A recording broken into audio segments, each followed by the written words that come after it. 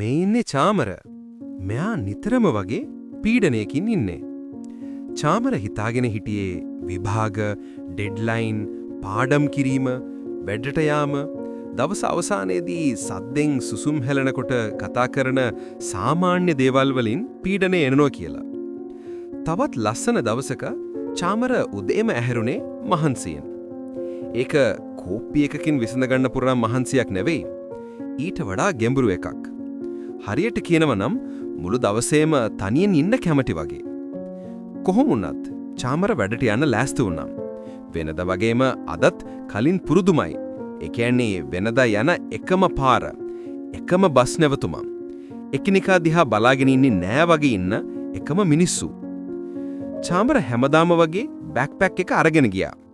Bag එක අරන් ගියාට කවදාවත් බෑග් එකේ තියෙන්නේ මොනවාද කියලා බලලා නෑ. කවදාවත් හිතුවත් නෑ.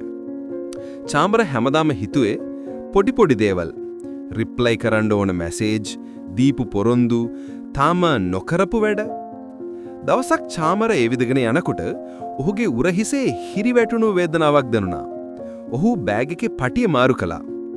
ඒ තාම ඔහුට වේදනාවයි. ඔහු සිතුවේ තමන්ට ලෙඩක් හැදිලා කියලා.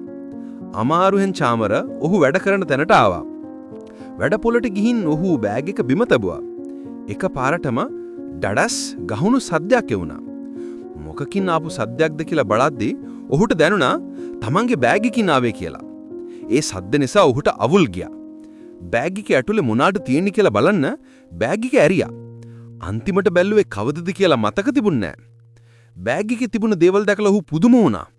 පරණ නෝට් පොත්, කලාතුරකින් පාවිච්චි කරන වතුරු බෝතලයක්, ගිය මාසේ ජැකට් එකක්, දැන් අවශ්‍ය නැති යතුරු කෙරල්ලක්, ස්කෑන් කරලා ඉවර කරපු පේපර් ෆයිල් එකක්. මේ කිසිම දෙයක් දැන් වැදගත් නැහැ. ඒත් ඔහු හැමදාම කිසිම දෙයක් නැතුව මේවා අරගෙන ඇවිදලා. ඔහු එදා හැවස් වෙනකොට මුළු බෑග් එකම හිස් කළා. මේසේ උඩ තිබුණ ගොඩ දැකලා මට පුදුම හිතුණා. ඔහුට තවදුරටත් අවශ්‍ය නැති පොත්, පරණ පරිච්ඡේදවලට අයිති වුණු කොළ ඔක්කොම කුණු අයින් කරලා වැඩ ඉවර කරලා ගෙදර යන්න ලෑස්ති වෙලා බෑග් උරහිසේට දාගත්තම වෙනදට වඩා Tamanට සහනයක් දැනුණා. ඔහු එදේ කවදාවත් බලාපොරොත්තු වෙන්නේ නැහැ. නිදාසේ හුස්ම ගන්නවා වගේ චාමරට දැනුණා. ගෙදර යනකොට ඔහුට මෙහෙම හිතුණා.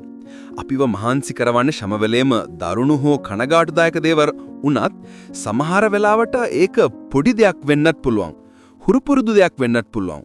දකින්නත් නැති තරම් දේවල් වෙන්නත් පුළුවන්. ඒවා අපි ගණන් ගන්නේ නැති නිසා මග හැරලා යනවා.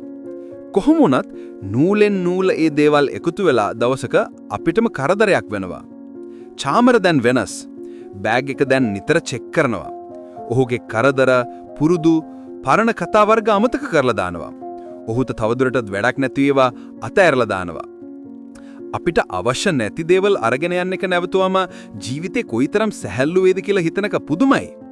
ඒ වගේම අපිව නවත්තන බර ගැන නොදැන කොයිතරම් කල් අපිට ඇවිදින්න පුළුවන්ද කියන එක ඊටත් වඩා පුදුමයි. සමහර වෙලාවට බරම දේවල් වෙන්නේ අපි අරගෙන යනවා කියලා අමතක කරන ඒවා.